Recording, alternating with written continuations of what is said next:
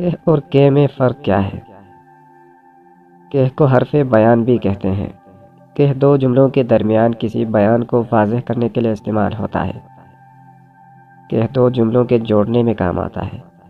کہ دو جملوں کے تعلق کو ظاہر کرتا ہے، مثلا اس لیے کہ، اس طرح کے، اس وجہ سے کہ۔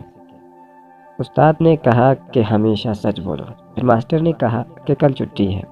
دیکھیے کہ دو جملوں کے درمیان کسی بیان کو واضح کرنے میں، دو جملوں میں تعلق پیدا کرنے اور دو جملوں کو جوڑنے میں استعمال ہوتا ہے۔ کہ کسی بھی تعلق کو ظاہر کرتا ہے۔ کہ ہمیشہ دو اسموں کے درمیان میں آتا ہے۔ ایک اسم دوسرے اسم کی ملکیت ہوتی ہے۔ کہ کسی بھی ملکیت کو ظاہر کرتا ہے، مثلا کیا تم خالہ کے گھر جا رہے ہو؟ یہ بھائی کے جوتے ہیں۔ بلال کے بستے میں 4 کتابیں ہیں۔ دیکھیے کہ دو اسموں کے درمیان میں آتا ہے۔ ایک اسم دوسرے اسم کی ملکیت ہوتی ہے۔ کہ عموماً کر کے جگہ میں بھی استعمال ہوتا ہے، مثلا بیٹھ کر کام کرو۔ آپ یہ بھی کہہ سکتے ہو بیٹھ کے کام کرو۔ امید ہے آپ اس تحریر سے مستفید ہوں گے۔